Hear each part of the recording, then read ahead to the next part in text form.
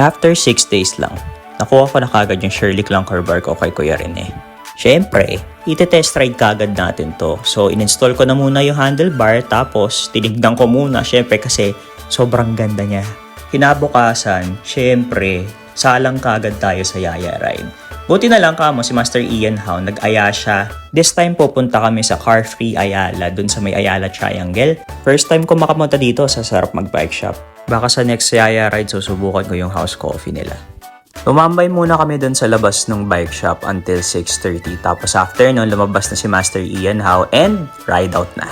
Kung ano yung rutang dinaanan ko papuntang sarap mag-bike shop, yun lang din yung rutang dinaanan namin papuntang Ayala. So, Mindanao Ave Extension, North Ave, Miriam Defensor Santiago Avenue, tapos Q Ave hanggang sa dire-diretso na kami pa EDSA. Pagdating ko dun sa bandang Kamuning, nilalas ako kasi naplatan ako ng gulong sa likod.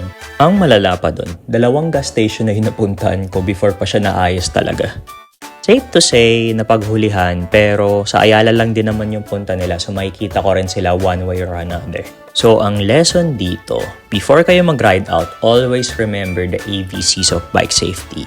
A is for air, B is for brakes, and C is for chain. Nung nasa bandang Boni ako, medyo napanatag na ako kasi may nakita ako na biker galing din dun sa Yaya Ride. At dahil bagong hangin yung gulong, kahit na mabigat yung bike ko, nabaybay ko na maayos yung pataas sa Guada. Actually, matagal na rin ako nanonood ng mga videos ni Sir Ian.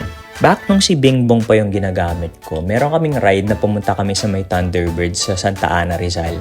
Tapos yun yung first encounter ko sa kanya. Naka-folding bike pa siya nun, tapos meron siyang t-shirt na Ian Howe. Parang merong promotion sa likod. Parang ako nanonood ng Netflix series kasi lahat ng mga long rides niya talagang inisa-isa ko. Yung pinaka-paborito kong video niya is yung one-shot Manila to Baguio bike ride niya kasama si Uy si Batman. Tapos may nakasabay pa silang dalawa doon, si Sir Eric tsaka si Sir EJ ata. Eventually, nagkita ulit kami ni Sir Riley tsaka pinakalala niya ako dun sa friend niya na si Sir Elmer.